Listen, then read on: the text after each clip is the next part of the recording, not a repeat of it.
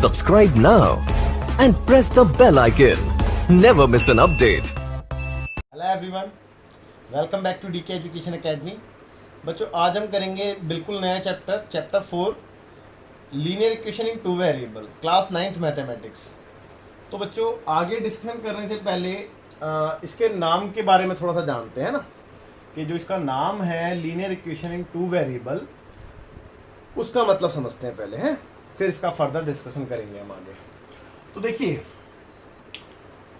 नाम को बताने से पहले मैं आपसे ये कहना चाहता हूँ कि बच्चों, मैंने आपको चैप्टर 2 पढ़ाया था, पॉलिनोमियल, याद होगा आपको। पॉलिनोमियल में मैंने आपको डिग्री ऑफ पॉलिनोमियल बताया था, है ना। डिग्री ऑफ पॉलिनोमियल में मैंने आपको बताया था कि जिस भी पॉलिनोमियल में वेरिएबल की हाईएस्ट पावर जो होती है ना, उसको हम डिग्री ऑफ पॉलिनोमियल कहते हैं, है ना। ठीक है, जैसे कि फॉर एग्जांपल कोई पॉलिनोमियल है, लेट्स से 2x³ + 3x² + 3, तो इसकी डिग्री क्या होगी बेटा? 3 होगी, क्योंकि इसकी हाईएस्ट पावर जो है वेरिएबल की वो 3 है। ठीक है, तो इस पॉलिनोमियल की डिग्री 3 होगी।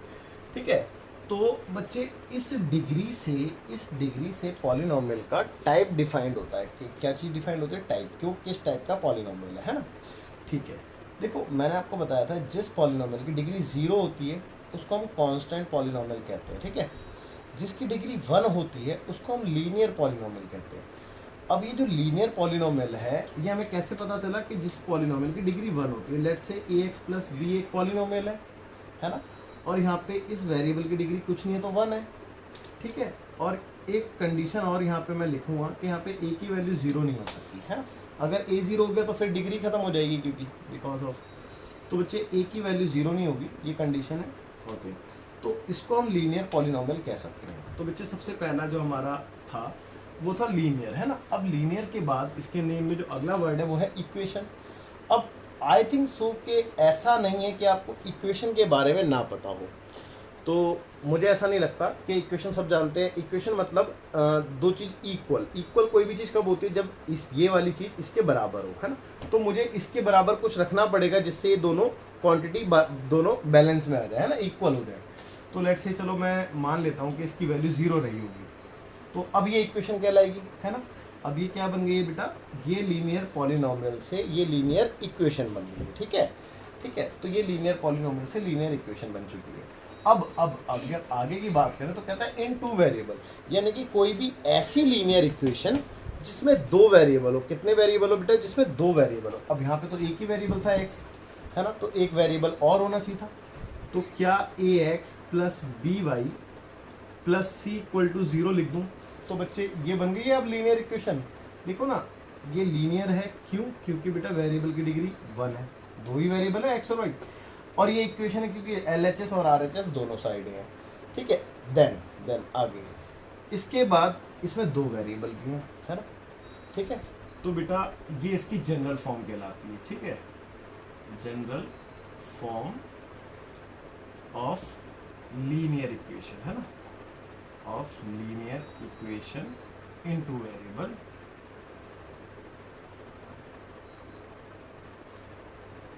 क्या होगी बेटा? That is ax + by + c = 0, जहाँ पे a और b दोनों की ही वैल्यू 0 नहीं हो सकती, है ना, क्योंकि अगर ये दोनों 0 हो गए तो उस केस में यहाँ पे एक तो वेरिएबल खत्म हो जाएंगे, है ना। पहली बात तो ये, मतलब ऐसा नहीं है कि कभी नहीं हो सकती, हो भी सकती है, ऐसा नहीं है कि बिल्कुल नहीं हो सकती, क्योंकि आप कई ऐसे एग्जांपल्स भी देखेंगे जहाँ पे होगा ऐसा। ठीक है, बट जनरली, क्योंकि अगर हमने इसको 2 वेरिएबल में रखना होता है तो फिर हम ये मानते हैं कि a और b की वैल्यू 0 नहीं होगी। ठीक है बच्चों, तो चलो आगे देखते हैं, आगे की बात करते हैं। ठीक है, आगे की बात करेंगे। देखो, एक तो ये कि हमने इसके नाम के बारे में अच्छे से जाना, है ना। अब दूसरा ये, सेकंड ये कि बेटा ये जो है linear equation in two variable, ये आपकी प्रैक्टिकल लाइफ से भी काफ़ी रिलेट करती है ना। जैसे कि फॉर एग्जांपल आप मार्केट में जाते हो, ठीक है, लेट सपोज कि 2 पेन और एक कॉपी खरीदने जाते हो। आपने जो टोटल कॉस्ट पे करी वो मान लो कि 30 रुपये पे करी दोनों चीज़ों के लिए। ठीक है, अब मैं आपसे पूछूं कि भाई कितने रुपए का पेन लाया और कितने रुपए की कॉपी लेके आए, तो आप क्या बोल रहे हो कि भाई मैंने 2 पेन और एक कॉपी खरीदे 30 रुपये में, है ना। तो बेटा अब समस्या खड़ी हो गई है कि इसका आंसर कैसे मिलेगा है, इसका आंसर कैसे मिलेगा। तो देखो उसके बारे में हम क्या करते हैं, फिर हम क्या करते हैं कि पेन की जो कॉस्ट थी उसको मैंने x मान लिया और जो नोटबुक की कॉस्ट थी उसको मैंने y मान लिया, है ना बेटा। ये पेन की कॉस्ट मान ली और ये नोटबुक की कॉस्ट मैंने मान ली, ठीक है। तो 2 पेन लिए थे तो 2x हो गया, एक नोटबुक ली थी तो y हो गया। इन दोनों को मिला के कितना अमाउंट आया था बेटा, 30 रुपये आया था, ठीक है। अब चलो यहाँ तक भी क्लियर हो गया, मतलब आपने ये चीज़ भी देख ली कि ये हमारी डेली लाइफ से भी कहीं ना कहीं रिलेट करती है चीज़ें ना।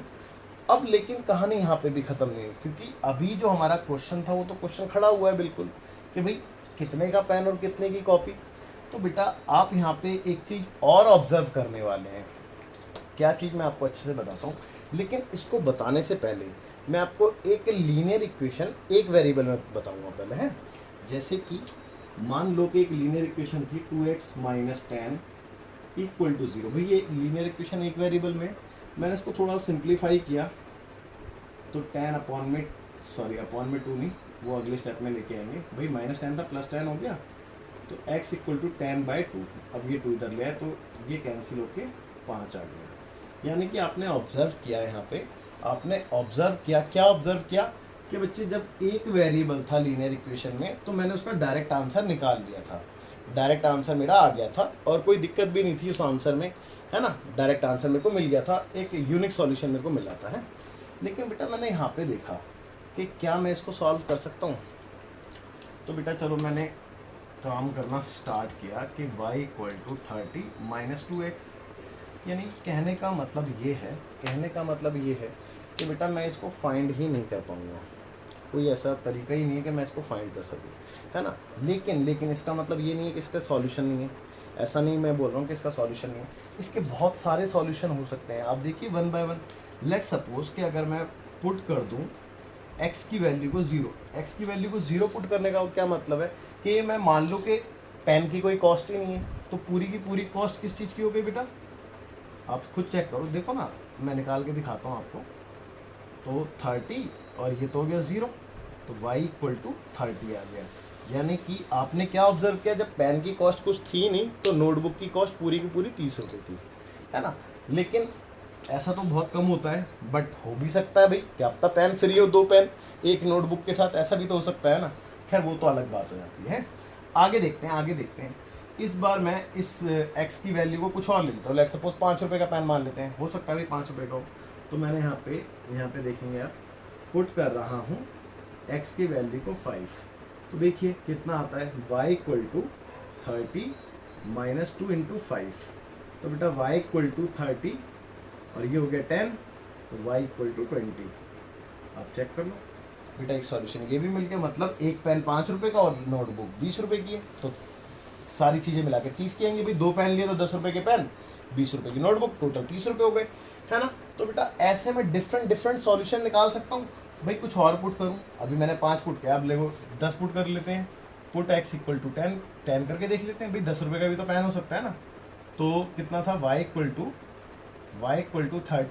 2 × x की वैल्यू 10, तो y = 30 - 20, तो y = 10। भाई इन दैट केस आप देख रहे हैं कि पेन भी 10 रुपये का मिल रहा है और नोटबुक भी 10 रुपये की मिल रही है। तो बेटा डिफरेंट आपको सॉल्यूशंस मिल सकते हैं इन दैट केस।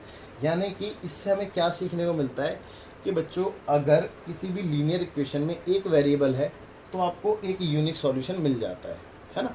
लेकिन अगर 2 वेरिएबल हैं एक लीनियर इक्वेशन में तो उसके बच्चों इन्फिनाइटली मैनी सॉल्यूशंस हो सकते हैं, मतलब अनगिनत सॉल्यूशन हो सकते हैं। आप डिफरेंट x की वैल्यू सब्स्टिट्यूट करते रहो, आपको y की डिफरेंट वैल्यू मिलती रहेंगी, ठीक है ना बेटा। आपके पास बहुत सारे सॉल्यूशंस हो सकते हैं इन दैट केस, ठीक है। तो आपको आई होप यहाँ तक तो समझ में आ गया होगा। अब आगे देखते हैं, ठीक है। अगर थोड़ा बहुत आपको कुछ लगता है नोट करने लायक है तो आप नोट कर लो वीडियो को। तो बच्चों आगे देखते हैं। बेटा देखो कुछ चीज़ें ऑब्जर्व करते हैं यहाँ से ना, जैसे कि बात को समझना कि भाई लीनियर इक्वेशन तो हमने देख ली है क्या होती है, लेकिन इनकी कुछ ऑब्जर्वेशंस और देखनी बाकी है ना। तो वो देखते हैं, जैसे कि मान लो कि एक लीनियर इक्वेशन थी 2x + 3y + 7 = मान लो 0 ही था, कोई दिक्कत नहीं है, इक्वल टू में 0 ले लेते हैं फिलहाल। देखो मैं इस लीनियर इक्वेशन में पहली बात आप ये क्लियर कर लो कि मैं कुछ भी ऐड करूँ बोथ साइड तो इक्वेशन पे कोई इफेक्ट नहीं पड़ता। लेट सपोज मैं 5 ऐड कर रहा हूँ दोनों तरफ, आप देखना ध्यान से।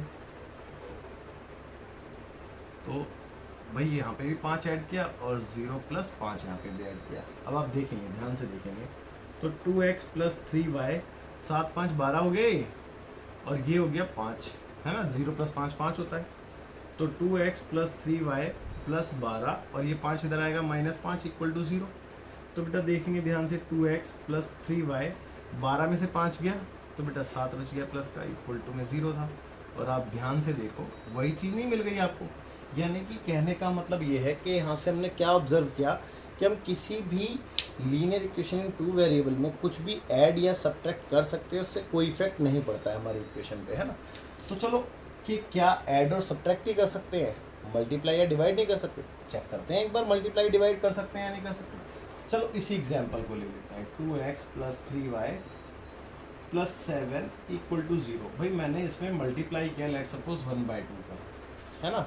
तो ये एक तरीके से डिवाइड भी हो रहा है और मल्टीप्लाई भी हो रहा है, आप दोनों चीज़ें क्लियर हो जाती है इसमें। तो देखो जब मैंने यहाँ पे किया तो बेटा 2x, भाई ऑब्वियस सी बात है अपॉन में 2 आ जाएगा ना, + 3y इसके भी अपॉन में 2 आ जाएगा, + 7 इसके भी अपॉन में 2 आ जाएगा।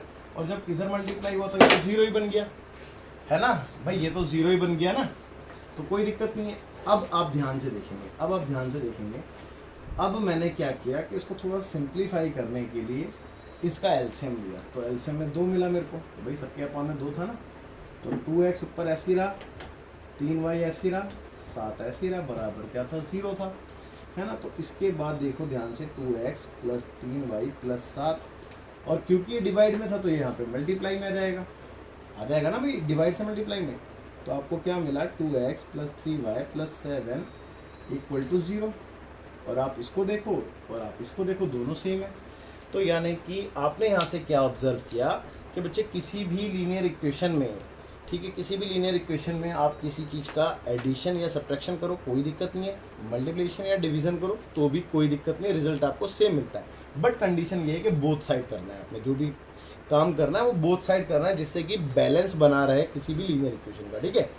ओके, तो चलो यहाँ तक भी आपने सीख लिया, लेकिन थोड़ी सी चीज़ें और रहती हैं, उसके बाद मैं आपके एनसीईआरटी पे आऊँगा और फिर देखेंगे एनसीईआरटी से रिलेटेड कुछ चीज़ें।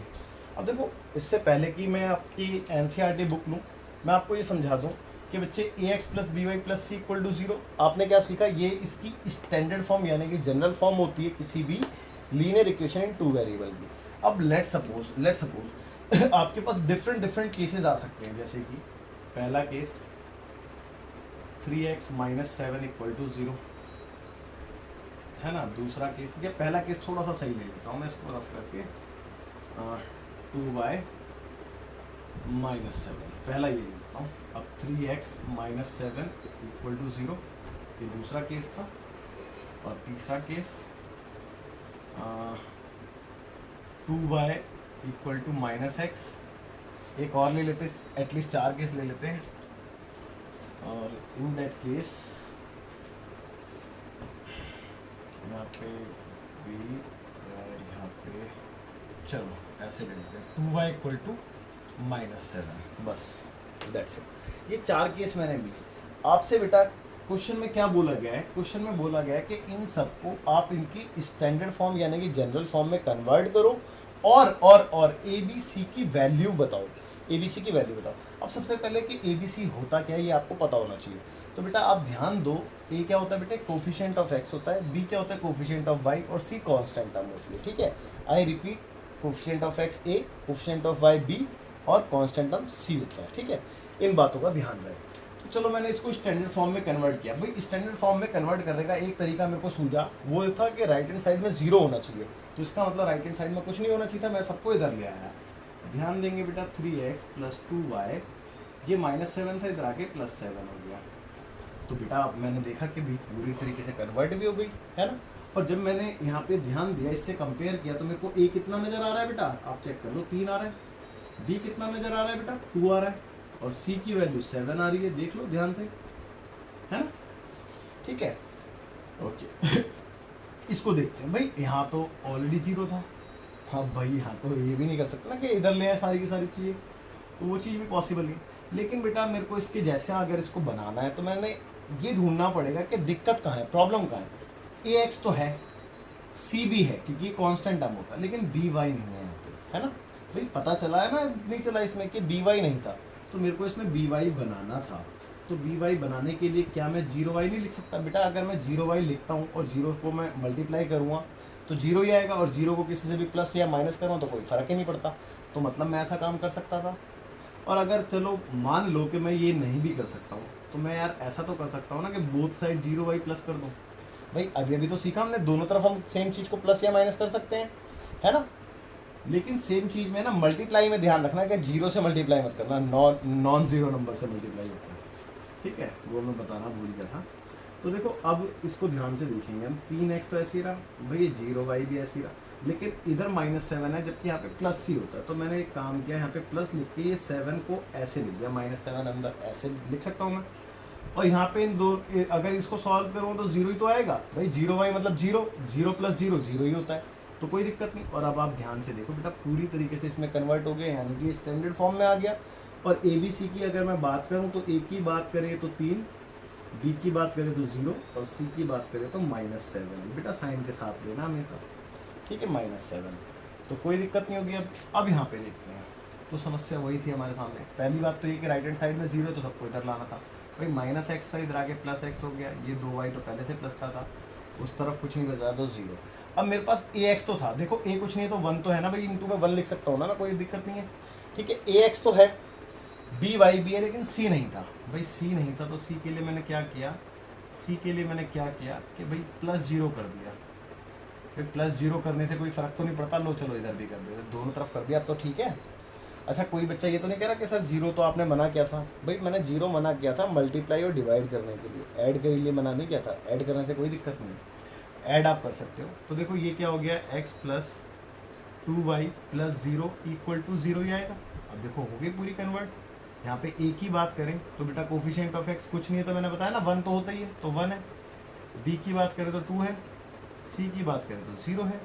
चलो इसको और देखते हैं एक बार ना, इसको और देखते हैं एक बार। अब भाई 2y तो ऐसे ही रहा, इसको उठा के इधर ले आए, प्लस का 7 हो गया, राइट हैंड साइड में 0। अब मैंने चेक किया कि कहाँ कमी रह गई, भाई कमी रह गई थी ax नहीं था, यहाँ पे ax बना लेते हैं भाई, 0x लिख सकते हैं। अभी तो बताया जैसे यहाँ पे मैंने 0y लिखा था, ऐसे वहाँ पे 0x ऐड कर दे। चलो इधर भी कर देता हूँ, अगर किसी को ये लगे कि सर एक तरफ क्यों कर रहे हो, वैसे तो एक तरफ करने से कोई फ़र्क नहीं पड़ रहा था, इसीलिए मैं एक तरफ कर सकता था, बट ठीक है दोनों तरफ कर देते हैं। तो ये हो गया 0x 2y + 7, और इसको मैं सॉल्व करूँ तो 0 ही आने वाला था। अब चेक कर लो, हो गई कन्वर्ट। तो ए बी सी की वैल्यू कितनी है, ए की वैल्यू 0, बी की वैल्यू 2 और सी की वैल्यू 7। दैट्स योर आंसर, ठीक है। तो आई होप आपको अच्छे समझ में आया होगा, ठीक है। और यही था बस, जो भी था। आगे देखते हैं, आप वीडियो को पॉज करके नोट, चलो बच्चों देखते हैं ना एग्जाम्पल नंबर 1 NCERT से। अब लिया है मैंने NCERT का एग्जाम्पल। तो अभी जो मैंने एग्जाम्पल आपको कराया था अपनी तरफ से, बिल्कुल सेम वही काम करना है, कुछ अलग नहीं करना। तो आई होप आपको समझ में आ जाएगा, और मैं आपको सलाह दूंगा कि आप वीडियो को पॉज करके अपने आप से पहले ये एग्जाम्पल सेल्फ ट्राई करें, आफ्टर दैट आंसर मेरे उससे टैली कर लें, ठीक है।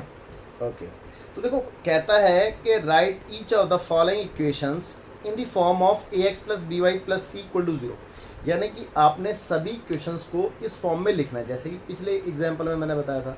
And indicate the values of a, b and c in each case, सभी केस में आपने इंडिकेट करनी है a b c की वैल्यूज, है ना, यानी कि सेम काम करना है जो हमने पीछे किया था। और ये आपके पास 4 इक्वेशंस हैं, 4 पार्ट है क्वेश्चन में ना, ठीक है। NCERT का पहला एग्जाम्पल है जो कि पेज नंबर 67 NCERT में से लिया गया है। चलो देखते हैं ध्यान से भाई, इसको देखा तो बहुत ही इजी नज़र आई, क्योंकि कुछ करना नहीं था, बस इसको इधर लेके आना था, क्योंकि हमें पता है राइट हैंड साइड में 0 होना चाहिए। तो 2x + 3y माइनस का 4.37 = 0। अब समस्या कुछ नहीं है वैसे तो, लेकिन मैं प्रॉपर कन्वर्जन की अगर मैं बात करूँ तो यहाँ पे प्लस होना चाहिए।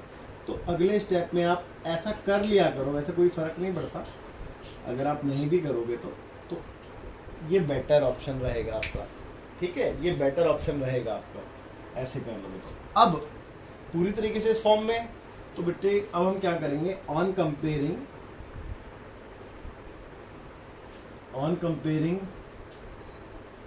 with the general form that is ax plus by plus c equal to 0, जब मैंने इसको इससे कंपेयर किया तो वी गेट हमें क्या मिला बेटा, we get a equal to a की वैल्यू हमें 2 मिली, चेक कर लो आप भाई, जब इसको इससे कंपेयर करोगे तो a 2 ही तो मिल रहा है, b की वैल्यू आपको कितनी दिख रही है 3 मिली, एंड c की वैल्यू नीचे लिख देता हूँ मैं माइनस का 4.37 है ना। ये आपके आंसर्स हो गए। आई होप कि कोई डाउट नहीं होना चाहिए किसी को भी, बहुत इजी था। इसको देखते हैं भाई, ये भी बिल्कुल सिंपल सा नज़र आया, x माइनस ये इधर ले आए भाई, माइनस का हो जाएगा, प्लस का है उधर तो √3y, और ये माइनस का 4 ऐसे ही रहा इक्वल टू में 0। भाई इसको मैंने पहले इसलिए लिखा क्योंकि ये पहले होता है ना, दैट्स वाई। तो अब देखो x प्रॉपर वे में अगर कन्वर्जन चाहिए तो इसको अंदर ले लो, जैसे कि मैंने यहाँ पे कहा था ना अंदर, तो प्लस आ गया और अंदर आ गया माइनस √3 और ये y ऐसे आ गया, ठीक है। सिमिलरली यहाँ पे भी ऐसे काम करो भाई, -4 अंदर आ गया इक्वल टू 0। अब हो गया ना ax plus by plus c equal to 0। और रही बात इसकी, तो चाहो तो 1 लगा सकते हो, कोई दिक्कत नहीं, 1 लगाने से कोई फर्क नहीं पड़ता। तो सेम लाइन यहाँ पे लिखेंगे हम, on comparing with the general form that is this, comma we get में डायरेक्ट लिख रहा हूँ, a की वैल्यू में क्या मिलेगी 1, b की वैल्यू कितनी मिलेगी √3, ठीक है, माइनस का, और c की वैल्यू -4, ठीक है। ये आपके आंसर्स आएंगे। लेकिन मैं आपको ये जरूर कहूँगा कि प्रॉपरली ऐसे ही करना जैसे मैंने आपको पहले पार्ट में बताया है, ठीक है, डायरेक्ट मत लिखना इस तरीके से, ठीक है, ओके। अब देखो ना, इसको इधर ले आओ, माइनस का 5x हो जाएगा, या चलो ले ही आता हूँ, माइनस का 5x, और इसको इधर ले आया तो प्लस का 3y हो गया, और ये प्लस का 4 था इक्वल टू 0 हो गया। भाई इक्वल टू में कुछ नहीं बचा ना, 0। अब ये तो इस फॉर्म में आ ही चुका है, तो डायरेक्ट ही लिख दो ABC। तो a की वैल्यू कितनी देख रहे हैं -5, b की वैल्यू कितनी है 3, और c की वैल्यू 4 है। ये सिंपल था बिल्कुल, ठीक है। चलो उसको और देखते हैं एक बार। तो बेटा 2x तो एज इट इज, माइनस का y हो गया इक्वल टू में 0। अब ax by तो मिल गया, लेकिन c नहीं था, c की कमी थी, तो मैंने क्या किया, और फिर यहाँ पे माइनस की भी कमी थी कि माइनस को अंदर लेके जाना था। अच्छा एक बात हो, यहाँ पे 1 लगा दो, कोई फर्क नहीं पड़ता ना, क्योंकि 1 से इंटू करूँ y को तो माइनस वही तो आना, सेम ही आना है ना। तो अब मैं यहाँ पे एक काम कर सकता हूँ, इसको अंदर भी लिख सकता हूँ यूँ करके।